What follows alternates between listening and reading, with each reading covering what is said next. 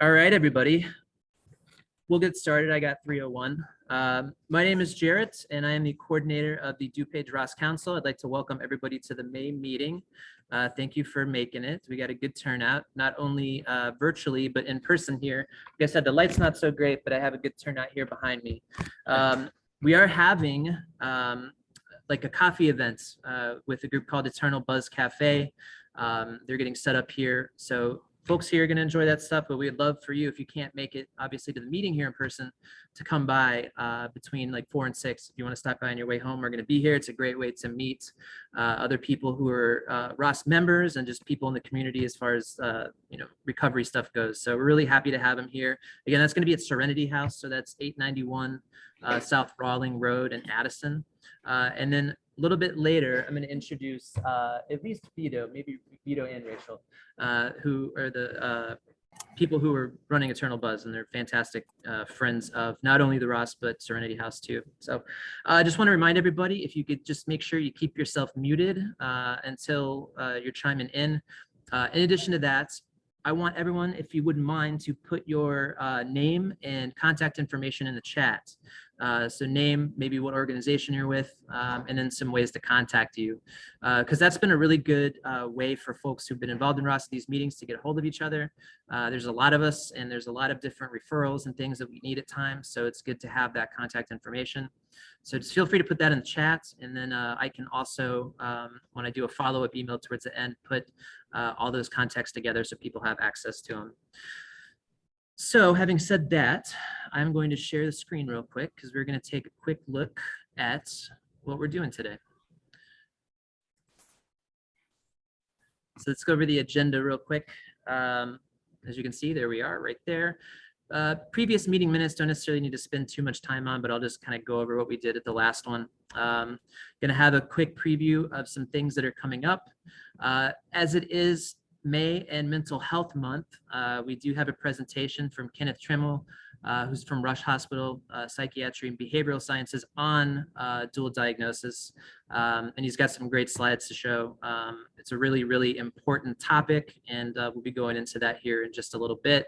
Like I said, we're going to have Eternal Buzz come up here and talk a little bit about what their organization does and what they're looking to do in the next year. And then, of course, at the end, I would love to leave some time for organizational updates. So like, what is your organization working on? What are you who's in recovery out there working on? How can we help? Like leaving time for that at the end, because that's one of the most important parts for me.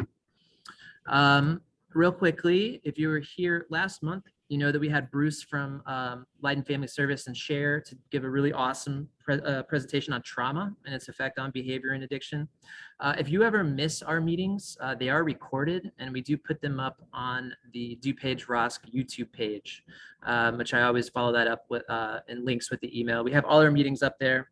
And that one was particularly good. I've gotten so much great feedback. Bruce is awesome, and those of you who are here can attest he did a really, really good job with that one.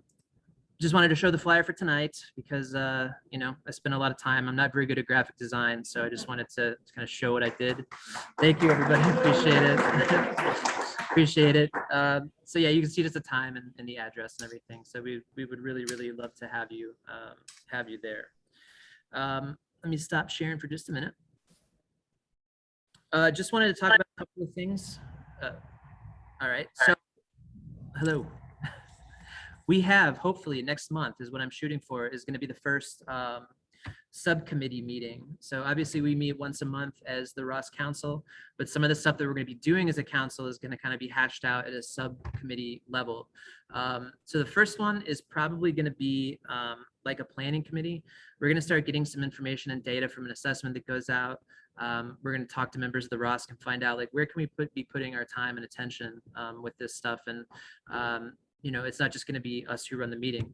It's going to be the people who are ROSC Council members. And there's quite a few of you who've been here since the beginning and have shown some interest in maybe coming to some of these committee meetings. So I wanted to put up a real quick poll. There's only 2 answers, and this might seem unnecessary, but for me, it's important. because sometimes it's difficult to find time. So if you were interested in maybe coming to the committee meetings, could you just put in real quick what would be easiest for you? I know afternoon sometimes works for people. We like to try to make it in person if we can, but we know everybody can't do that. But yeah, just go ahead and put in what works best for you. I know evenings, we all sit in a lot of meetings, so like going to sit in another one at night isn't always super attractive. I get that. So looks like afternoons have it. So we'll take a look at that. I'll be sending more information out about that, but I know several of you have shown interest in maybe attending some committee meetings. So we cannot do it without you. It's not just us over here. It's all of you who are members of the ROSC. So let me end this. I'm going to share the screen again because I'm going to play a very quick, meaning sub 2 minutes video. So those of you who are kind of like keeping up with the news, keeping up with what's going on, not only in recovery, but with substance use disorders and stuff out here, may have heard of this drug that's started to show up called xylazine. There's been a lot of news notices coming out that this is a drug that's showing up in forensics and showing up in coroner's offices. In this video, I'll explain it a little bit better, but for lack of a better term, it's an animal tranquilizer that's being mixed often with fentanyl. Fentanyl is deadly enough to kill you, but now they're adding sedatives to it. So you can imagine what kind of havoc that wreaks.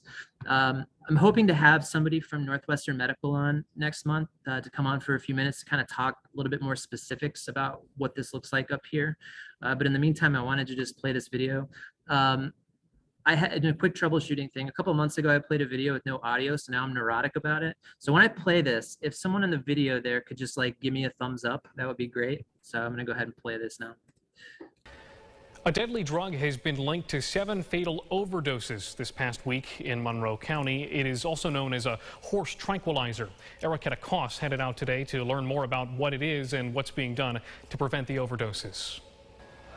Xylazine, or horse tranquilizer, is used in this animal hospital in Wheatland. They tell me most sedatives actually need a license to get. They're very controlled. That's not the case for xylazine. At Riverside Veterinary Hospital, this tranquilizer is used to sedate cats and dogs.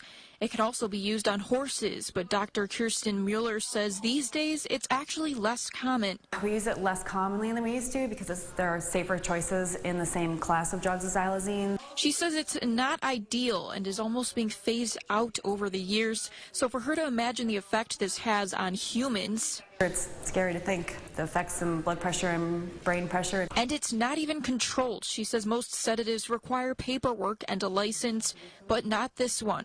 A lot of the other sedatives, yes, but not xylazine specifically. So how are people getting their hands on it?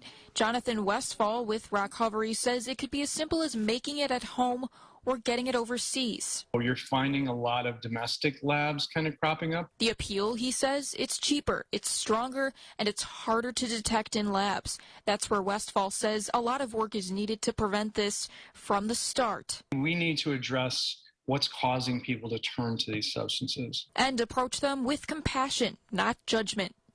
Reporting, Erica DeCoste, News 8. Erica, thank you. Officials say Narcan does not work on that drug. However, Narcan should still be used since it's often mixed with opioids. A deadly drug has been... So I think the most chilling part of that video was the last sentence, which let you know that Narcan does not work on this stuff. Narcan does work on opioids and opiates like fentanyl, but if they're combining it with something that is strong enough to knock out horses, you can only imagine what that does to a human. And we'll have more like specific numbers next month when we have a professional on to talk to us a little bit. But I know I've seen 3 notices in the past week, not only from the state, but from local agencies that, hey, this is showing up. So, you know, more and more of these chemicals are showing up now that they're being manufactured, like you said, at home. So fentanyl is bad enough, but now that they're combining with this stuff, it's kind of a nightmare. So look forward to that next month in June, the June meeting. Hey, Jarrett. Yeah. Sorry, Scott Kaufman from the health department. This has been something that at the Narcan program, we've been trying to keep a pretty close eye on. And I just wanted to know if anyone because we brought it up, I'm not trying to derail the conversation. Has anyone heard about xylazine on the rise in DuPage lately? I know we have seen the same notices, and it sounds like Will and Lake have had a lot of cases, but we haven't yet seen that in DuPage. But I wanted to know if other people were hearing about that happening here so far. I think it's something to be very careful and aware of, and I'm very interested in next month. But I just wanted to check to hear yet if there was a big rush of cases. So thank you. Sorry for taking time. No derailing. Glad you could jump in, Scott. Maybe, like I said, next month we could have some more information. So I'd be happy to have you there just in case. So we'll go over that stuff. But thank you for chiming in. I appreciate it. Yeah. All right, so we are now at the point in our meeting where we have our presentation, which today is going to be on dual diagnosis. But before I throw it over there, I just wanted to speak a little bit about my own experience with dual diagnosis. So I didn't go to treatment for substance use disorder until I was maybe 25 years old. I'm being told they can't hear, so I'm going to try and turn around this way. So I had problems with drugs and alcohol, but I thought that was like the only problem I had. So I remember meeting with a psychiatrist at the hospital and having a conversation about like my mental state, like where I was mentally. And after a few minutes talking, like maybe like 5 or 10 minutes, he let me know that I was suffering from both depression and a generalized anxiety disorder, which kind of confused me because I had never thought of myself as someone that was like depressed or anxious. Then I started thinking more like, was I abusing drugs and alcohol because I was depressed and anxious, or was I depressed and anxious because I was in a cycle of abusing alcohol and drugs? And it's something that I still think about, to this day. And over my own time in getting clean, I've more or less kind of handled most of the depression stuff, but I still deal with anxiety on a pretty regular basis. In fact, from time to time, like I do suffer from, light panic attacks. And personally, I have no shame in admitting that I'm a recovered drug addict, like none at all at this point. But for some reason, I still don't feel 100% comfortable talking about the anxiety part, which even though it's a pretty common disorder, a lot of people deal with this stuff. And maybe that's because I don't want to be seen as someone who's anxious or scared. I kind of don't want that, being looked at that way. And I think that's part of the stigma that still gets attached to mental health disorders. Obviously, there's stigmas that go along with substance use, but there's just as many that go along with mental health. So like I said earlier, it is Mental Health Awareness Month, so I think it's an important topic to go into. So I do want to introduce our speaker on the topic, Ken Trammell. Did I say it right, Ken Trammell? Yep. So he's got a master's in social work and a CEDC, and he's also the community outreach manager for the Rush Substance Use Disorder Leadership Center at Rush Hospital. So he's going to kind of give us an overview on dual diagnosis, and then we're going to take a look at some of those stigmas that are still attached to them. So we're going to leave time for some comments at the end, and these meetings always work best when we get feedback. So I'm going to go ahead and turn it over to Ken. Ken, thanks for being here. Thanks for having me, Jared, and thank you guys for carving out a little time for me today to interrupt your meeting and everything. But I want to be mindful of time, and I want to make sure that I'm mindful that we leave some space for people to have any questions after we're finished with the presentation. I'm going to go ahead and try to share the screen. Okay, Jared? Go right ahead.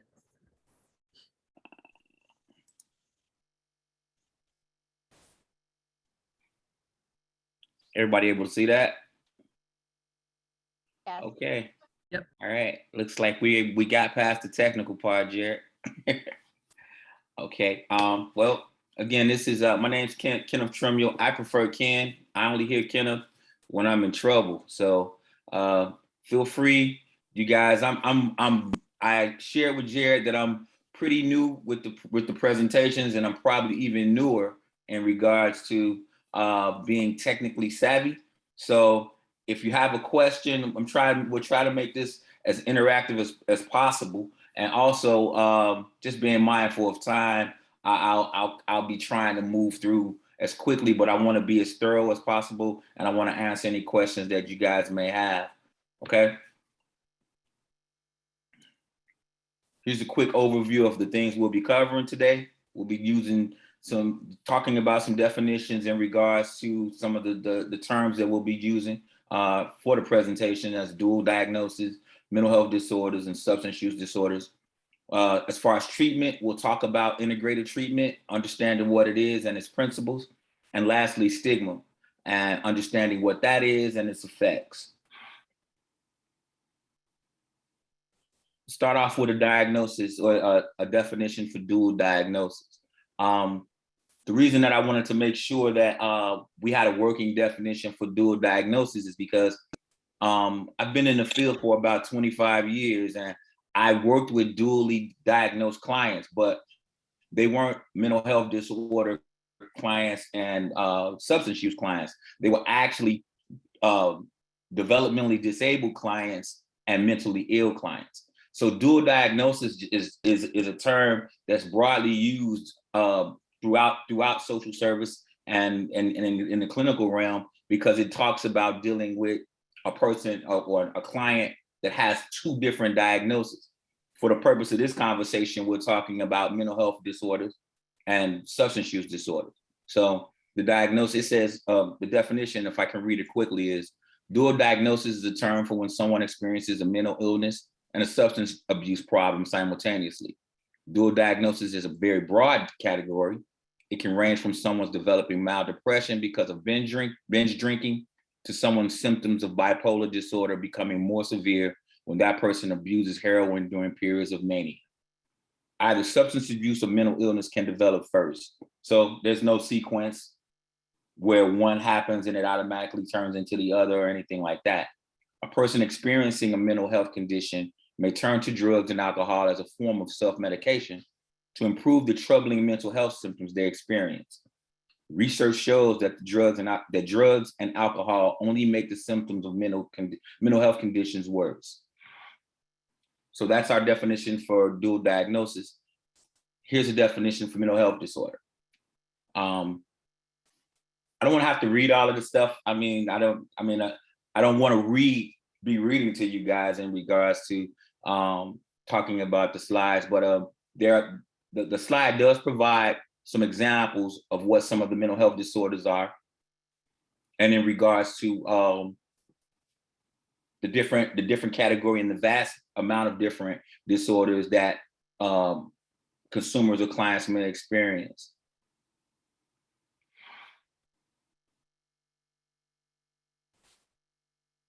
Substance use disorder. It's a behavioral pattern of continual psychoactive substance use that can be diagnosed based on severity of symptoms. One of the things that we talk about as addictions counselors is compulsion, control, cravings, and consequences. So we see a lot of those things that are in place with people that suffer from this disorder. And the other bullet is kind of gratifying to me that the DSM-5 came into the 21st century and removed legal issues as a criteria for someone suffering from substance use disorder. It seemed archaic when I was reading that in school. Hello? Yes. Hi, this is Sheriff Bender. Hey, Sheriff, how are you? Took me Hey, a little Sheriff bit to get on. Sorry about that. Welcome. Glad you're here. Welcome, Sheriff Bender. Good to hear you guys. Oh, I muted the sheriff. All right, go ahead, Ken. Our next slide is symptoms of substance use disorder and those with mental health issues. Because many combinations of dual diagnosis can occur, as we spoke earlier, mental health clinics are starting to use alcohol and drug screening tools to identify people at risk. Previously, people were screened separately. You came in for an assessment and you were either screened for one or the other. Now what we're looking at is having the screening be done simultaneously so that the services are integrated. And I don't want to get ahead of myself, but that in a nutshell is the treatment that we're talking about, integrated treatment.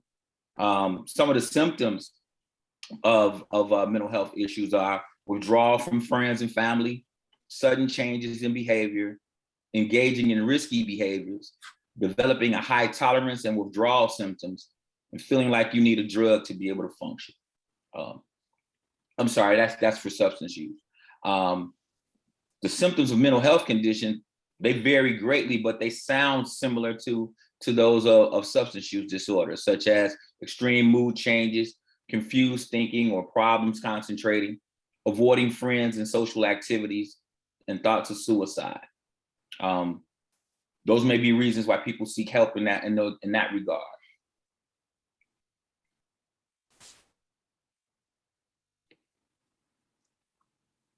Studies have shown us that the best treatment for dual diagnosis is integrated intervention.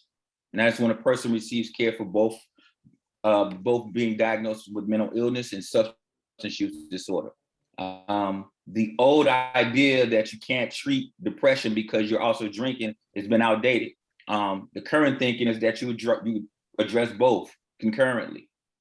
So what we're looking at is that treatment would not be, we know that treatment has to be individualized, but we want to see that that both issues are being treated together so that everything is under one umbrella and there's continuity of care.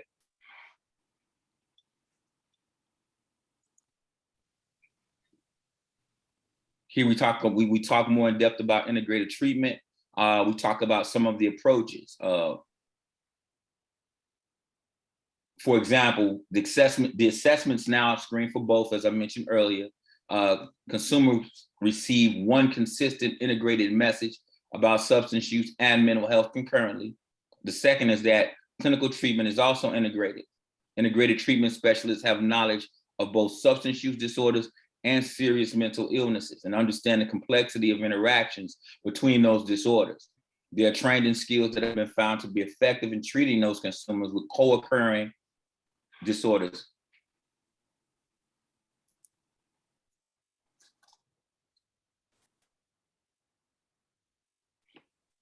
These are the practice principles.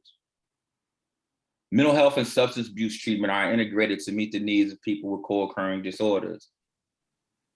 Specialists are trained to treat both at the same time in regards to the substance use disorder and the mental illness. Utilizing motivational interventions are used to treat consumers in all stages, but especially in the persuasive stage. So we're looking at motivational interviewing as being one of the intricate tools that are used to be able to use to get clients involved and to have them buy into treatment interventions. Substance abuse counseling using a cognitive behavioral approach is used to treat consumers in the active stage and relapse prevention stage. Multiple formats for services are available, including group, self-help, and family.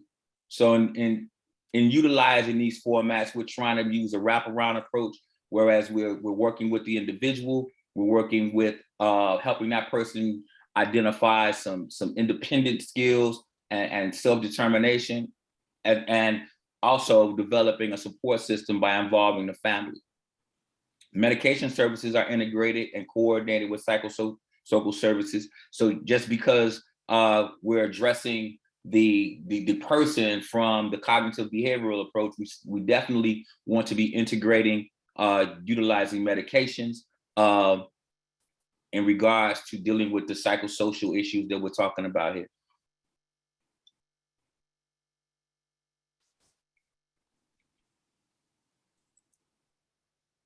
One of the biggest obstacles that we as service providers probably encounter is that of stigma. And Jared touched on that as he was sharing his personal experience earlier, that stigma in large part impacts him and addressing some of his anxiety.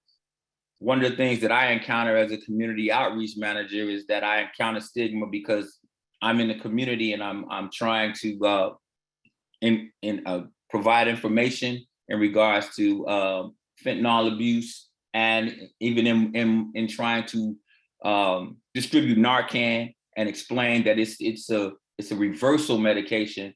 I run into all kinds of stigma that people have, and misinformation in regards to what Narcan is, and they don't even want to take it because they don't understand that I'm not offering them a drug that's going to get them in trouble, that I'm actually offering them the ability to help people who are in trouble.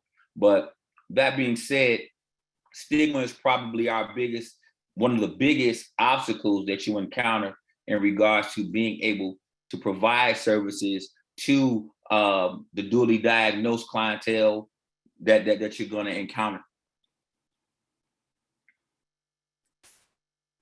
For the purpose of this presentation, we're going to look at 7 types of stigma that's related to three different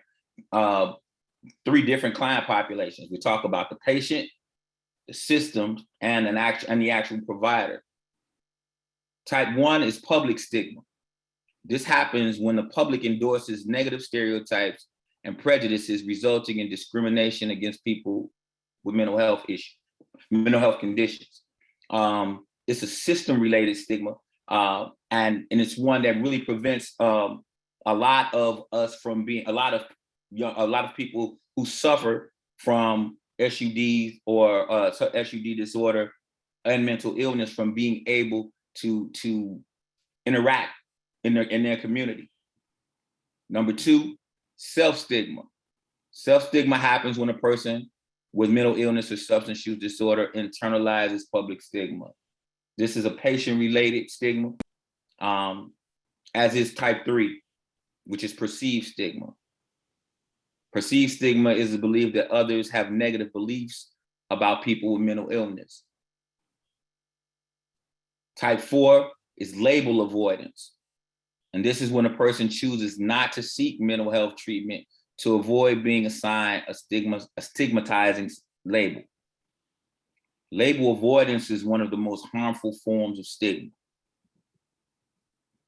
Type 5 is stigma by association. And this occurs when the effects of stigma are extended to someone linked to a person with substance use difficulties. This type of stigma is also known as courtesy stigma or associative stigma.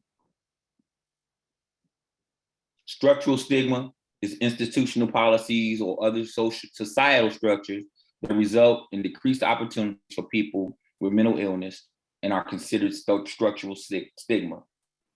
The last one is the only provider-related stigma that we have for this presentation, and that's health practitioner stigma. This takes place anytime a health professional allows stereotypes and prejudices about mental illness to negatively affect a patient's care, or the ability for them to obtain care.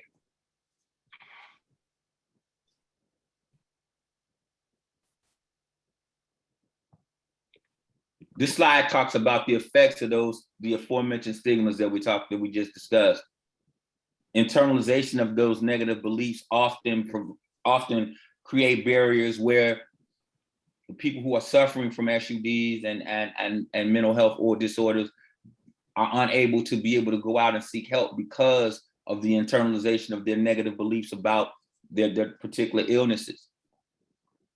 They tend to isolate themselves from society. Low self-esteem is another issue that they suffer from. Hopelessness and shame are 2 other ones. Avoiding treatment is probably one of the things that is one of the biggest hurdles that we encounter when we look at the effects of stigma in regards to not being able to get help and not feeling like you're able to do it.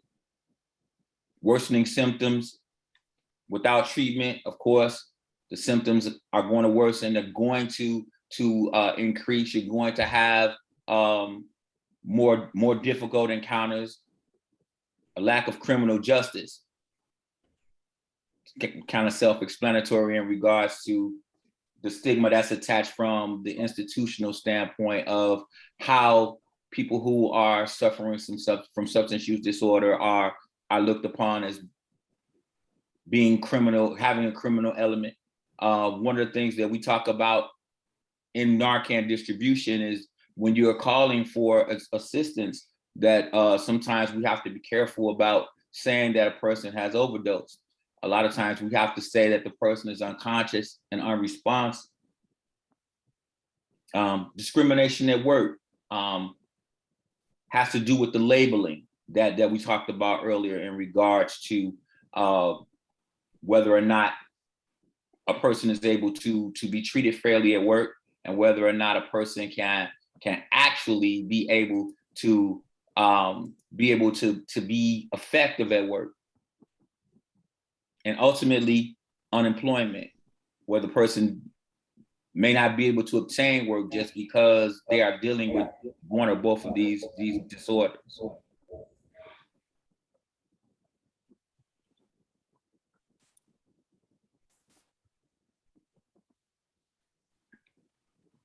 When dealing with stigma and talking with clients that are in our care, language absolutely matters. One of the things that I try to be careful about is because although I work as a community outreach manager, my previous experience has I worked in violence prevention and I worked with young adults.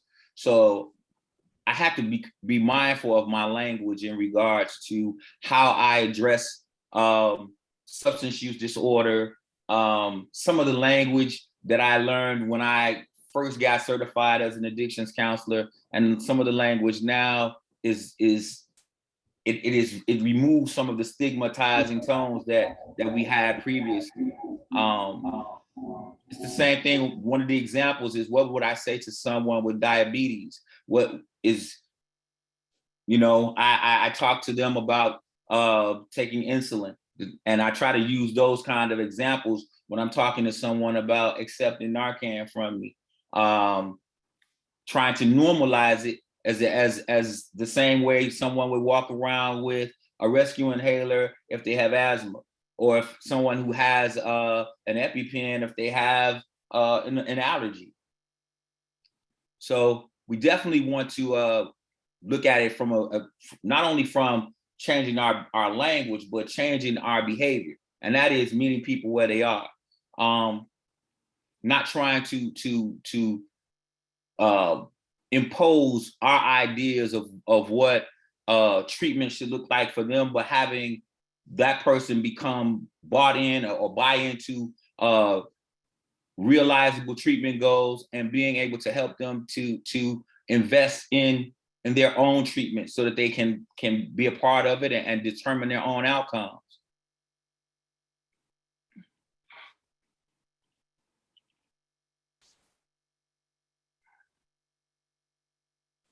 So as I kind of zoom through this, I think some of the takeaways from this is that from a mental health standpoint, substance use can co-occur in a high can co-occur to a high percent. We look at usually that when people that come into care, when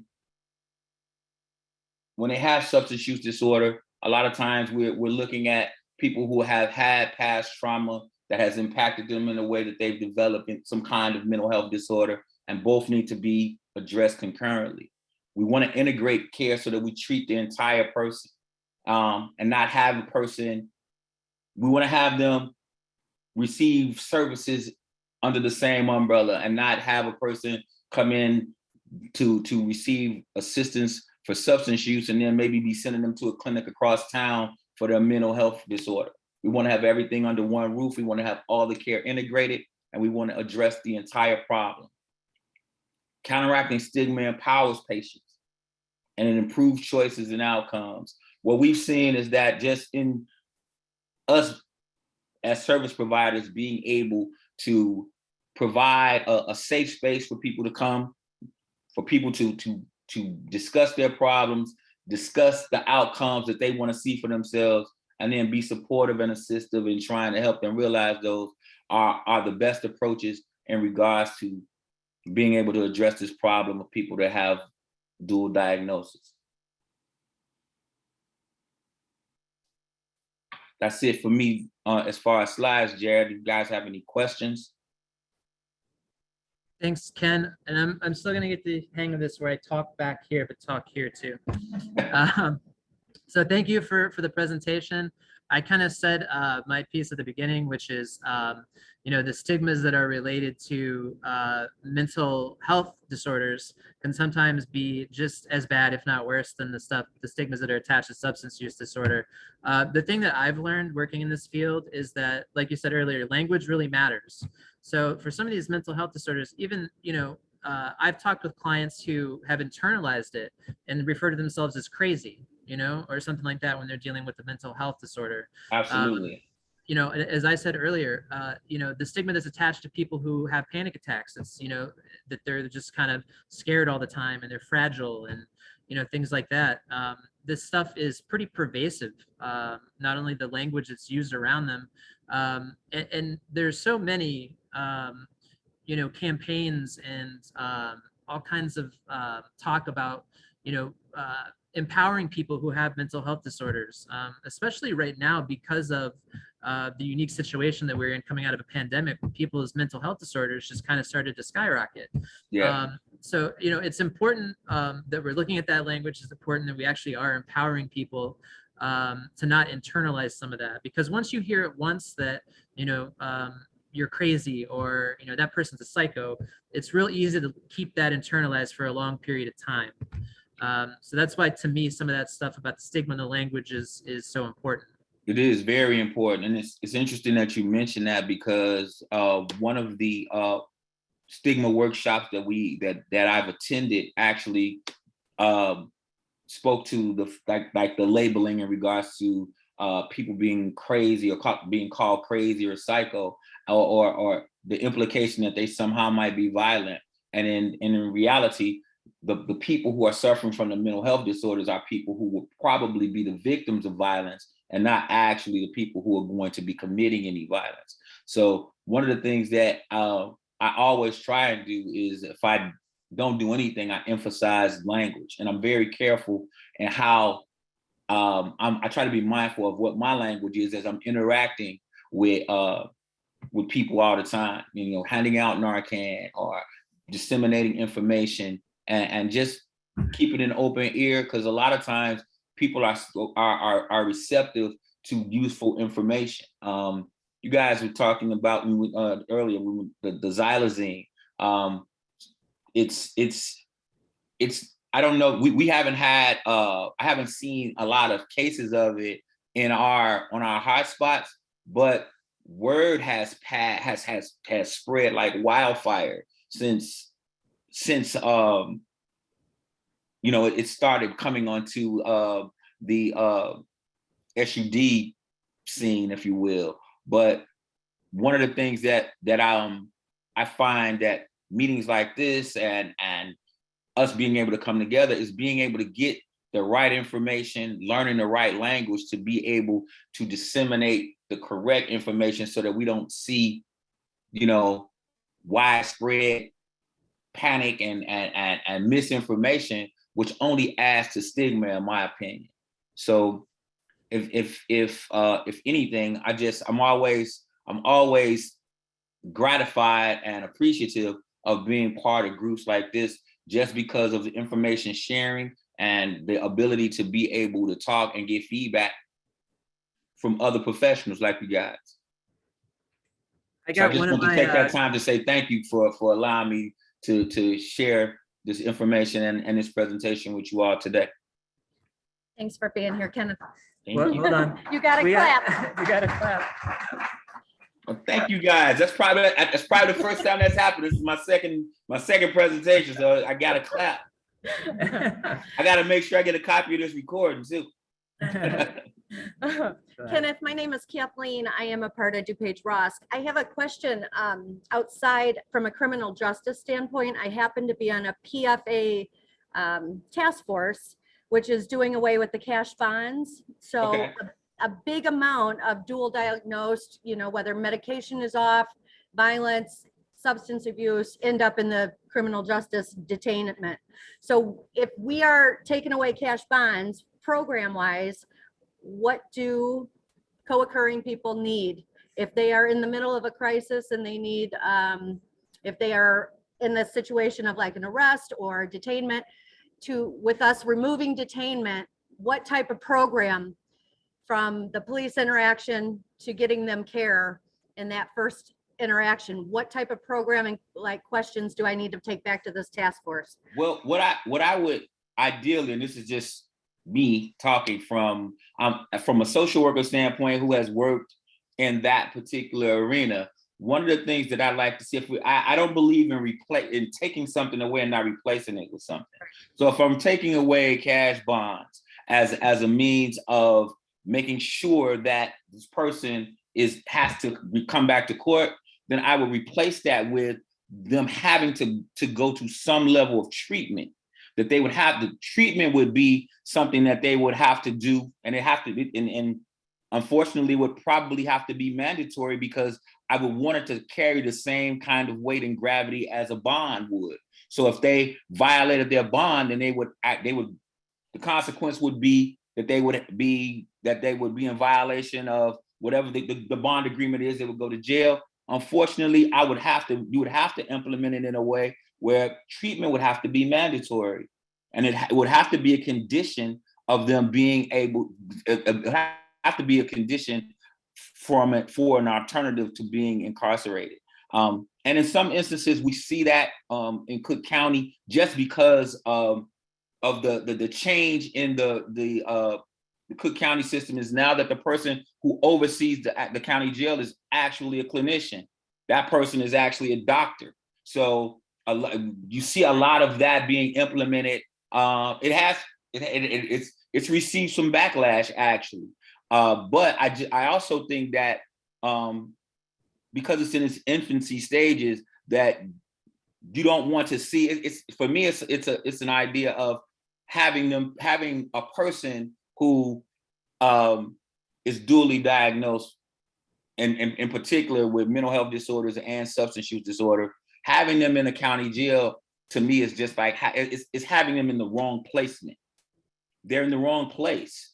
And so they should be in a facility where they should be receiving treatment, and treatment and rehabilitation are two things that could go together in this particular instance. So I'm not sure if I answered your question, but that's one of the ways that that's one of the ideas that has been thrown around in regards to them doing away with the cash bond system. You did. And do you think we need a like a crisis intervention 24-hour drop-off center somewhere for this? Absolutely. And I think and again, that's something that I've done on a volunteer basis in regards to working with some of the CAPS in Chicago, because every precinct has their own different initiatives that they start. But one time they had crisis intervention workers who were able to, if a situation was determined to be nonviolent, then they would have someone were not dangerous. It was the person might have had some aggression or something like that, but they had actually started utilizing crisis workers, social workers, in regards to being able to come in and intervene and de-escalate situations. So absolutely, I think that a 24-hour crisis intervention entity of sorts would absolutely be necessary. And I think that should be something that should be being pushed forward adamantly. Right. Thank you, Ken. Thank you. We got maybe like 2 or 3 more minutes for this particular segment. So if anybody has more comments for Ken, feel free to just jump on. You can either raise your hand or just unmute. And yeah, I'm sorry, I'm not good at seeing the hand raising thing yet either. That's okay. So. I can take care of it. But whoever's got comments, go for it. Hey guys, Mark, peer support specialist for Greater Family Health. Great job, Kenneth. And you know, I just think, and I love that the topic was brought up, because recovery, right? Recovery, and people tend to think addiction. You know, and that idea of, like, at least in my experience, right, dual diagnosis was a given, because I know long-term drug use affected my mental health adversely, and also having a mental health situation that also led me to self-medicate. So I think obviously they go hand in hand, but I use that word obviously, and it's not obvious to a lot of people. And I think that that's another great way of breaking the stigma, because for some reason people tend to think, well, recovery, because you know you can go to treatment and get better, But if I have schizophrenia or depression, that's who I am for the rest of my life, right? And so Right. I love the conversation, because it's really what needs to be brought to light, that we do recover, and one definitely helps the other, and handling both is obviously the best way to go. So thanks, Kenneth. Great job, man. No problem. I appreciate that. And a lot of times, what my analogy sometimes has to be something that's probably more physical. When we talk about comorbidities, a person that has diabetes may also have a heart condition. So I would only just give them insulin. I wouldn't deal with the heart issue. So the two things that when we look at it, I'm one of those people that I'm just trying to normalize treating the entire person, and having it be a situation where, man, we're trying to look and see everything I have you here. Let's find out everything that's going on, and we treat everything and try to help you get better, and then have you invest in that treatment so that you have a vested interest. It's you that's being treated. So appreciate that. I appreciate the comment, and definitely hopefully from here the conversation keeps going, and in regards to being able to address this comprehensively. Yeah, and one of the big goals of DuPage ROSC is to help break stigmas for that stuff. So I always want to be conscious as we are, focusing all this stigma reduction stuff on substance use disorders, that we're always doing just as much for the co-occurring mental health disorders, because, and it was anecdotal, my experience, but I found that's the case in a lot of people, which is, they get to a point where they have no problems talking about their substance use disorder, but they still hide some of the mental health disorders that they're dealing with. So I think it was a really, really important conversation. Kenneth, I gotta tell you, you did way better than I did on my second try. You know what? I think you're being nice, Jared, but I appreciate that. It does wonders for my confidence. Thank you. All right, so thank you. And then I'll put Ken and also Tanya, who's from Rush, I'll put their contact info in a follow-up email, because Rush provides a lot of education and trainings and things like this. So if you ever want to reach out for your organization, they're a great resource, and we're happy to be hooked up with them. So Thanks again, Ken. I appreciate it. No problem. I had put my information in the chat, and I'll do it again if you guys need me to. But I think I had it at the beginning of the chat when you asked for everybody to put their information in. But please feel free to provide our contact information. I think my boss Tanya is on here looking to provide moral support. So she may shoot her information in too. But hey, thank you guys for having me once again, and I kept you guys long enough. Please move forward with your meeting. Thanks again, Jared. Thanks, Ken. All right. You can stop the screen share. We're all set. All right. So now we've got about 10 minutes left. So this is usually around the time that we do a little bit of organizational updates. I want to save a couple minutes to the end because I'm going to bring Vito up from Eternal Buzz. But I want to get the people who are on the Zoom meeting or maybe here. What are you working on at your different organizations? Are there any projects you're working on or events that we need to know about? And if so, please let us know, and how other ROSC members might be able to help. So whoever's got something they're working on, feel free to jump on. Hey, this is Sheriff Fendrick. Hey, Sheriff. How are you guys? See if I can get the video going here. How are you today? Okay, can you guys hear me? Yes, glad to have you here. Thank you. So I can't believe how spot on this conversation is. I have a correctional facility, and of course, people call it a jail. But again, we are very cognizant of stigmatism too. We call it a correctional facility for a reason, because the root word is correct. We're here to correct behavior, to modify people, to make them fix their problem. So 80% of the people that we get in are high on substance, whether it's fentanyl, heroin, alcohol, whatever. Half of those are self-medicating. There's your comorbidity for mental health issues. So it takes us a full month of dedicated drug detox, recovery, medicated assisted treatment, everything from methadone to therapy, to psychotherapy. All of these things are used in the detox process. It takes usually about 30 days for us to be able to do a proper diagnosis. We have full psychiatric and medical staff in the correctional facility too. After that 30 days of detox and medicated assistant recovery, if needed, occurs, we can get a proper diagnosis in about a month to figure out what mental health issue that we're dealing with. Then we go into a whole treatment program with our doctors and our nurses and our psych staff for all of those issues. Then once we get there, we start to do 80 different classes a week in programming. We have 42 people getting their GEDs right now. I have 5 detainees that aren't leaving when they could bond out so they can get their graduation. We've graduated 116 people in sanitation services, welding classes. We're going to do tiling, drywalling, painting. We do indoor horticulture, outdoor horticulture. That's all college credits and trained by COD, College of DuPage horticulturists. That's a real therapeutic duty too, to where they're growing all this food. It's going in the local food pantries. We give about 4,000 pounds to the local food pantries. But then we also have half of our people are gang populists now from Cook County. We have gang desistance program. They go through all these same things too, but we specify on gangs. And at the end, we have 3 tattoo removal stations where if you're serious about getting out of gangs, they take the tattoos off. We've taken 48 tattoos and cover-ups off so far. We have 100 more gang members that we're requesting to have them off.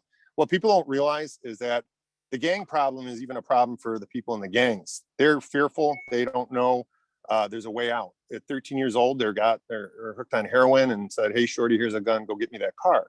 So you have authority figures programming people into a criminal methodology that they don't know any different from. We have people who are 30 years old and say, "This is the first time I've ever tried to get a job." So we do suits for success too. Once you get through all the programming, you get 3 suits. We want people to look good and professional for their job interviews.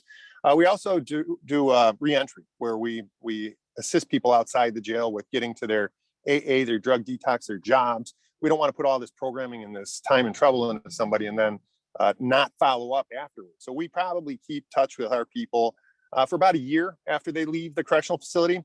Our heroin recidivism rates went from 90% all the way down to 18. Our criminality dumped from 70 to 15. Jobs was one of the key things. Family is also very big. We do storybook programs where we have our incarcerated people read a book, a child's book, to us, and then we record it. We send the book and the recording home to the family to keep familial involvement. Religion is another way that we use. Only 1% of our population is atheist, but we do have programs for them too. But we have all denominations of religious counseling also. So we throw all of these things at these people for as long as we have them, and it has been amazing, the results we've had. But it's got to be a whole continuum of care. You have to start with that drug detox right away, in order to find out what mental health malady we're dealing with. But then you need to give people hope and purpose. You have to give them something to achieve, something to earn, education, job. The jobs were huge. People getting $30 an hour jobs don't need to burglarize cars. And we've really seen that outcome. So everything you guys are saying here is been what has been working within our correctional facility. Thank you, Sheriff. And I will say that DuPage ROSC coaches will actually be in your facility. I just finished up the last shadowing session. We're going to be doing a re-entry recovery course once a week. And we hope after that to be doing a lot more. Because we know that sometimes those are the forgotten people who are in there and they need the rehabilitation as much as anybody. So we really like to look at it as treating the continuum once we get in there. Yeah, and it's important because, even like the welding class, that's a $6,000 class no one would have access to on the outside. And the problem, they've gotten rid of all the mental health institution years ago. And the only problem with turning it over to more of a therapy type environment is, sometimes there is a danger element. And, when they're in a correctional facility, they are a captive audience to where we can say, hey, look, you've gotten to this point. Now do you want help? And people are saying yes almost every time. Like I said, I have 5 people could bond out today and they're still in my correctional facility because they choose to be. That's telling us that these people that got put in this position a lot of times just never had any opportunity. Give them an opportunity, they're on it like a dog on a bone and they're successful. But when you're just indoctrinated into a gang or a drug lifestyle from a very young age, if you start heroin when you're 13 and we get you at 25, once your detox is over, we're dealing with the mentality of the 13-year-old again because your brain stopped developing. So we have a lot of work to do in those aspects too. Thanks so much, Sheriff. Great to have you here. Look forward to having you at further meetings. Thank you. Anybody else here in a couple minutes? I want to save the last 2 or 3 minutes to talk to Vito, but who else has got something they're working on and wants to let us know about? Come on, I know you all have things that you're doing. Hi, I'm Rebecca. I'm a peer specialist at Naomi's house. Hey, Rebecca. Hey, Naomi's House is an anti-human trafficking organization, and I just wanted to say thank you for extending the invitation to allow me to come here, and I'm learning so much. I agree a lot with what the sheriff just said. I myself have been in and out of jail since I was about 12, 13 years old, so I consider it a rescue and not an arrest. I believe we go into, are you from DuPage County? Correct? Yeah, we go in there and speak to the women Yes. so Naomi's House comes in there and speaks to the women. I actually had a probation officer. My last and final probation officer was out of DuPage County. But right now I'm working on a NA meeting at the outpatient group. It's called Willow Women's NA group for women's issues, and that's Monday from 7 to 8 p.m. every Monday at 210 West Willow. So if you guys know anybody who is in Narcotics Anonymous, that's a female that would be interested, send them our way. Thank you. Thanks, Rebecca. All right, I'm going to bring him up because we're running out of time here. Vito, come on up. I want to introduce Vito, who is, yeah, you can do it. He's going to stand up. He's going to stand up. Can you hear me? Can you see me? All right. I'm Vito, as Jen said, with Eternal Buzz Cafe. Eternal Buzz Cafe partners with people in recovery. We provide opportunities for the dignity of work. So we create employment. We offer a restful and refreshing space, a sober space, and we serve Italian food. We'll talk about that for a minute. And if you get in your car right now, you might be able to get here in time, but we're honored to partner with ROSC, and we wanted to provide coffee and tea, and we have several flavors of gelato, homemade with love, with the Eternal Buzz, chocolate, pistachio, cherry, coffee, and we've got a little sorbet hot outside, and then fairy cakes and tea cakes and scones and all kinds of stuff. So we're just thankful to be here. We certainly want you to enjoy a taste of the Eternal Buzz. If you see anybody with an apron on, they can give you some information. Eternal Buzz is, well, I'll tell you a story. When I first met my British wife, there was a bumper sticker above all the alcohol bottles in college, and there was probably a cloud of marijuana when she walked into the house, but above all that was a sign that said, "In search for the Eternal Buzz." And she thought in her heart, I know what that is. And it wasn't what was the substance that was going on. And so through a process of many years, this dream of where English meets Italian, to serve authentically Italian food with people that are in recovery and providing dignity of work for them. We got a chance to go to a similar place in England this summer called Rising Cafe. And it was employed 100% by people that were in recovery. And it was beautiful to see and share their stories and have the dignity of work. So we want to create a space for that, to create creative art therapy, an opportunity for people to discover their purpose. And we say that the Eternal Buzz is the desire of every heart. Everybody longs for beauty and love, kindness, and hospitality, wisdom. And we serve that in a cup of coffee. Serve it in tea. It's a story about a Ethiopian queen going to visit a Middle Eastern king. She saw them and she said, "I know there's wisdom here." How did she know? She said, "By the way your waiters dress, by the way you set the table, by the staircase that leads up to your temple. I know that there's wisdom." And so we want to serve the Eternal Buzz in every bite of gelato, and we want to create an opportunity for people to find their dignity of work and to have a place. And right now we're looking for a facility. We are doing pop-up events, so things like this. We've done several like this. There's more information on the table. You can go to our website, but ultimately we'd like to have a facility for people to have a place to work, a place of creative space, and then a place to do creative art therapy as well. So we're really honored. We hope that you enjoy a slice of the Eternal Buzz today, and really great to be part of this community. All right. So yeah, we're gonna be here till about 6. If anybody wants to stop by on their way home. Other than that, it is 4 o'clock. The next meeting will be the second Wednesday of June, which I believe is the 8th. So be on the lookout for communications with that. Also, I'll be sending out a recording of this as well as the meeting minutes by Friday. So be on the lookout for that. You can always share with me events and things that you're working on so I can share that with all of the ROSC mailing lists. So that's all we got. Thank you very much. Thanks again to Ken for the presentation, and we will see you all next month. Thank you. Thanks for having us. Jared.